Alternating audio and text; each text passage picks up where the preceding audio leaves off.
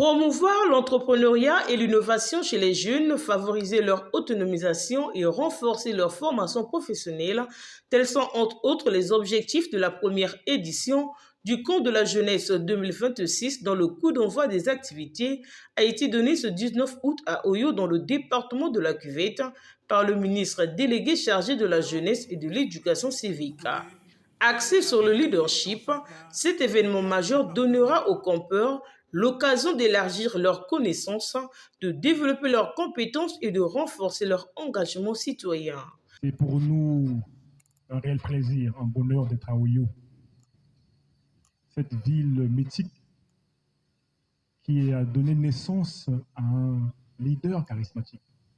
Étant donné qu'on parle de leadership, j'ai cité là son Excellence M. Denis Sassou Nguesso, qui est pour nous le leader même par excellence.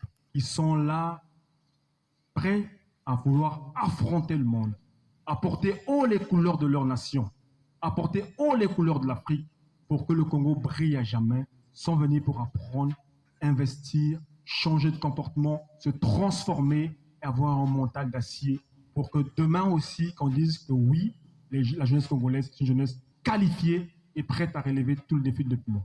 Ayant effectué le déplacement de Brazzaville à Oyo, le ministre délégué Prince Mikris Kabamboko a rappelé l'importance de la tenue de ce rendez-vous.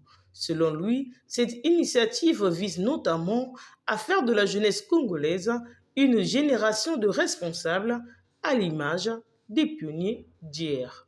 Après le lancement officiel des activités du camp de la jeunesse, initié par le BILIF, le ministre délégué, accompagné des autorités locales, a effectué une visite des villages représentant les 15 départements de la République.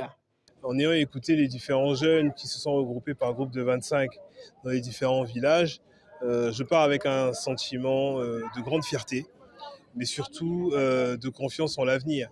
Parce que les différents projets qui, on va se le dire, ont été pitchés ont l'avantage de prendre en compte les potentialités des différents départements que les jeunes représentaient dans un premier temps, en plus d'être en phase avec les enjeux présents et d'avenir. C'est la preuve que la jeunesse congolaise a beaucoup de talent.